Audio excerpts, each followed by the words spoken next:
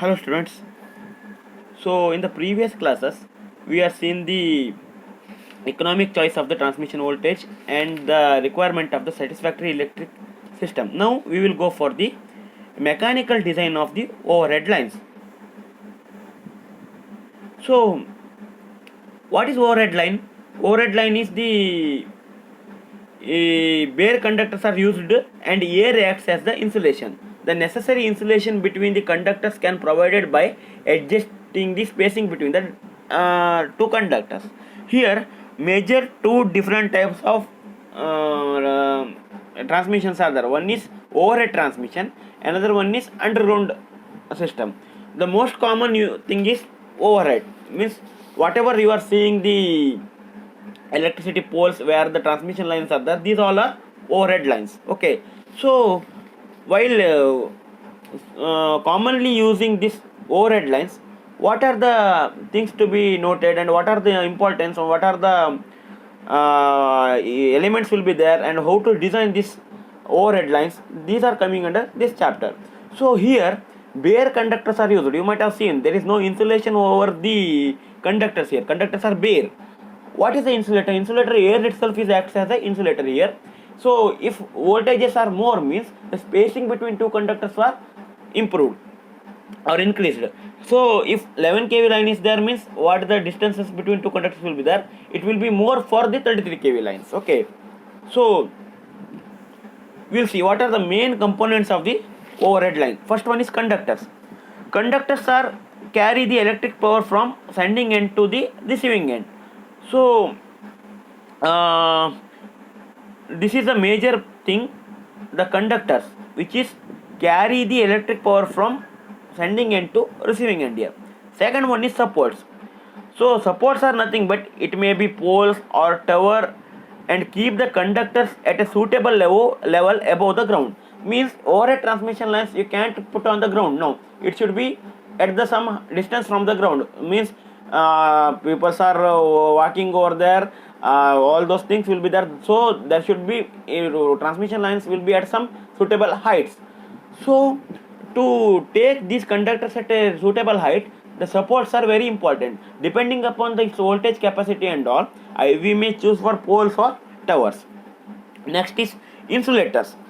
Conductors are not insulated, but when conductors are to be fixing on the towers or poles, then supports are very required, and that support must be insulated because otherwise that will be shorted by the towers. That's what the insulators are used at the supports, as well as when sometimes there will be crossing of rivers, sometimes it is passing through a very crowded area, then below the mesh like things are used as insulator to protect the live conductor from the lives. Then cross arms. Cross arms are the provide support to the insulators. So once you need to put the conductor on the insulator, that insulator should be supported using the cross arms. You might have seen in a pole one horizontal equipment is used, that on that one many insulators are fixed, that is called as cross arm. And then miscellaneous items like face plates, danger plates, lightning arresters, climbing wires or anti-climbing wires. Means you might have seen some of the poles are given with some anti-climbing wires. By seeing that one, people will not climb the particular poles. So these are the main components of the overhead line. Let us see the first conductor material. So what are the requirement of the conductor, good conductor, or how we will choose a conductor, or what are the qualities should be there in the good conductor? Let us see. First, conductor should have high electric conductivity. Obviously its name itself, it is a conductor. Conductor should have high electrical conductivity. Second one is it should have high in first one, high electrical conductivity means what? It should have less resistivity. Second one is high tensile strength in order to withstand the mechanical stresses. Obviously it is connected between two supports and it is hanging one. During the summer there will be heavy temperature on the lines, heat will be there, so otherwise there will be tension on the line because of the voltages and all. It should be withstand all those stresses, mechanical stresses. It should not cut. That's what it should have a good tensile strength. Then low cost, so that it can be used for a long distance. So conductors are using for the long kilometers of long lines. Then because of the long distances and heavy usage, the cost should be very less. Then only we can go for a economic transmission system. Then low specific gravity, so what the weight per unit volume is very small. So this is also once again same. It is used for a long distance and heavy in size. Then we need to have the low specific gravity. Low specific gravity means kg per meter cube should be very less. Means the weight of the conductor itself should be less, because when weight is less, obviously tensile strength will be more. There will not be having any mechanical stresses, as well as the costs are depending upon the weight. So as weights are less, obviously cost is also less. So these are the some of the main requirement of the conducting material. What are the commonly used conducting material? Commonly used conducting materials are copper, aluminium, steel cored aluminium, galvanized steel, and cadmium copper. Copper is an ideal material for overhead lines for the conductivity. It has got good conductivity, and it is having the high drawing capacity, means tensile strength is more. But it has got the high current density, and current carrying capacity is very good. Means a small conductor can carry more current here. But the problem is what here?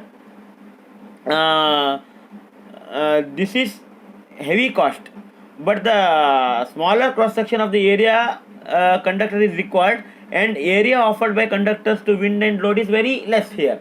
But the problem is cost. A small conductor of copper is also cost more. Because of this, coppers are not much used.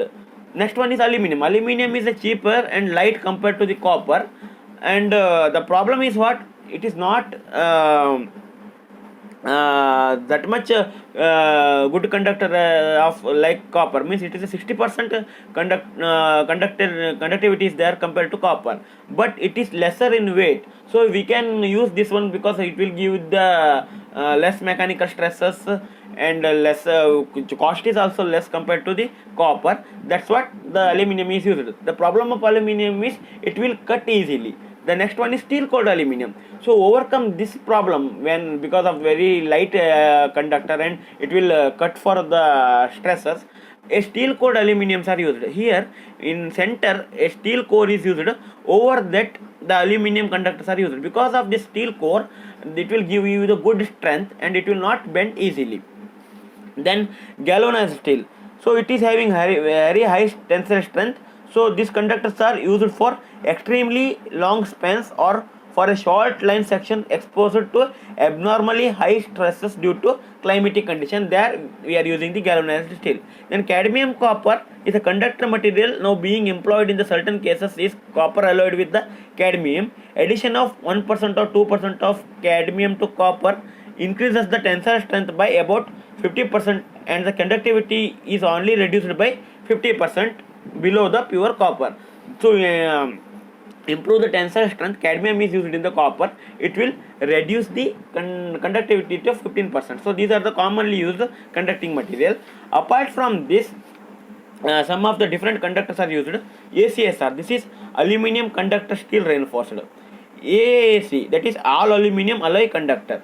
AAC, all aluminium conductor. ATI or TII, usually called it as thermal resistance aluminium alloy.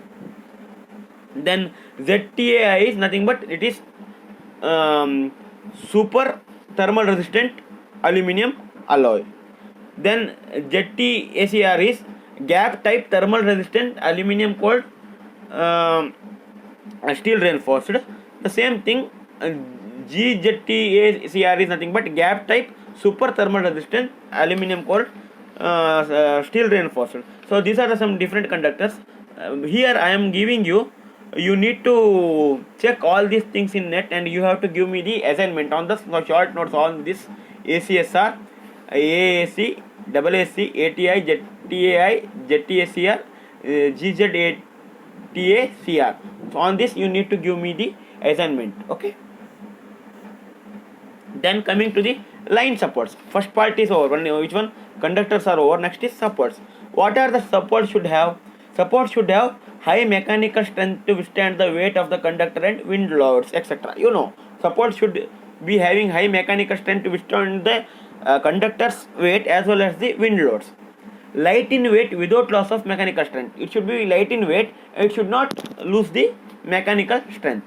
Cheaper in cost and economical to maintain. It is one of the major requirement.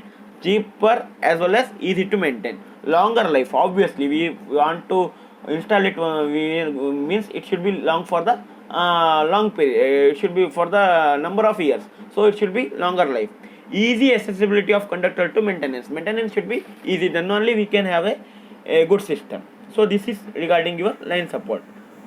So I will stop today's class here. In the next class we will see the insulators and other things. Okay, if you find any other problems you can ask me, and different types of supports we will see in the next class. Afterwards we will go for insulators and we will see the SAG calculations. Thank you.